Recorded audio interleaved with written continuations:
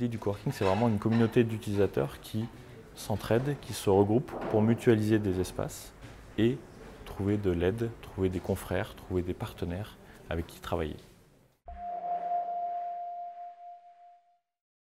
On pourrait considérer les espaces de coworking comme un terreau extrêmement fertile avec quelques tuteurs pour aider. Et dans ce terreau, il y a tout un tas de plantes qui germent et qui se développent. Il y en a qui n'y arrivent pas et qui retombent, et c'est pas grave, on recommence, ou on trouve une autre voie. C'est pas grave en fait. C'est aussi des endroits où l'échec est totalement toléré et encouragé. Il y a cette idée de communauté, de gens qui se connaissent, qui se sont rencontrés, qui deviennent amis même potentiellement, qui vont faire en sorte d'entraider, de s'entraider, de collaborer, de donner des conseils. Donc quand on arrive à l'accorder, on a un projet, on a une idée, on a déjà sa boîte, on a déjà créé, et on va rencontrer tout un tas d'acteurs, des clients potentiellement, des partenaires, des prestataires, toute la chaîne un peu de valeur. Et en même temps, donc, tous ces gens-là peuvent nous aider à notre projet, et en même temps, on va être aussi ces acteurs-là pour d'autres. Et on va se rendre compte qu'on peut apporter, nous on va entraider, on va aider les autres. Donc ce côté collaboratif, ce côté communautaire, c'est le point commun aux espaces de coworking qui fonctionnent bien, qui vivent bien, au-delà de l'aspect économique. À l'accorder en particulier, mais dans pas mal d'autres espaces, on accorde un grand soin à la fois à l'ergonomie des espaces de travail, donc qu'il y ait des chaises où on travaille bien, où on est confortable, des tableaux blancs, des paperboards, tout un tas d'outils matériels avec lesquels bien travailler. Et on accorde aussi de l'importance à ce que ce soit beau, à ce que ce soit inspirant. Donc voilà, l'aménagement est un élément essentiel. Et l'autre élément essentiel, c'est la mobilité. Les gens ont le choix de s'installer où ils veulent. Donc pas de place attitrée, on peut s'installer dans un espace convivial sur une table, au bar, dans des fauteuils, on peut monter dans l'espace calme, on peut aller s'isoler dans une petite salle pour passer un coup de fil.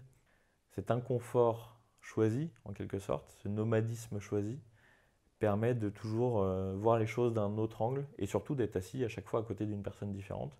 Toute cette imprévisibilité est source de rencontres enrichissantes en fait.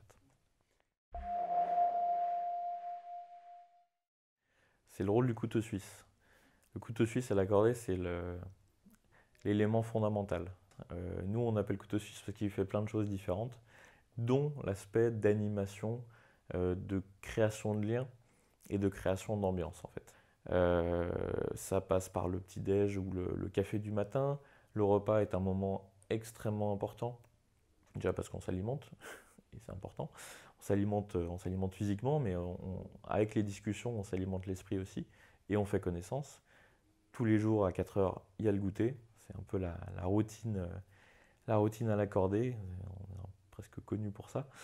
Et puis il y a énormément d'événements le soir, donc des événements orientés professionnels. Il y a eu un événement sur les statuts de la micro-entreprise la semaine dernière à l'accordé Jean Massé. Il y a des événements autour du développement personnel, sophrologie, organisation du temps, organisation quand on est parent avec les enfants. Entreprendre avec des enfants, c'est pas forcément simple. Voilà, beaucoup d'événements, et les événements, mine de rien, c'est un prétexte pour se retrouver. C'est un prétexte pour créer du lien social en fait. Cette idée de faire tomber les murs pour un espace de coworking, ça traduit assez bien la philosophie globale. Vraiment, là, je parlais pas que de l'accorder. Les espaces de coworking au sens général, et on est très proche des autres avec la charte Coworking Grand Lyon. On est en collaboration avec une douzaine d'autres espaces de coworking. On a cette philosophie de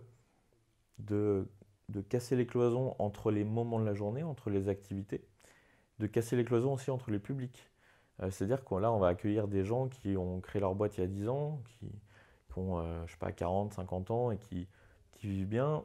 Et dans le même temps, on accueille pas mal de gens qui sont RSA, qui sont réfugiés pour certains, en partenariat avec la métropole, où on a un partenariat qui permet d'accueillir ces personnes-là pour que eux aussi aient le pouvoir, entre guillemets, de se lancer, la capacité de tester une activité.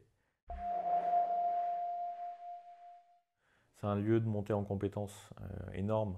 Il y a des choses très informelles qui se passent et là on ne maîtrise pas. C'est quand les gens ensemble se retrouvent pour se former et que ça se fait tout seul, c'est génial. On est utile que s'il y a un manque d'ambiance entre guillemets, que si ça se fait pas tout seul.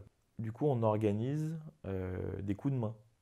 Les coups de main, donc on a un réseau social interne à l'Accordé qui est accessible à 850 membres de l'Accordé et chacun peut demander un coup de main. Demander un coup de main, c'est par exemple, je suis pas très bon en Excel et j'ai besoin de me monter en compétence sur Excel ou sur n'importe quel autre logiciel ou compétence.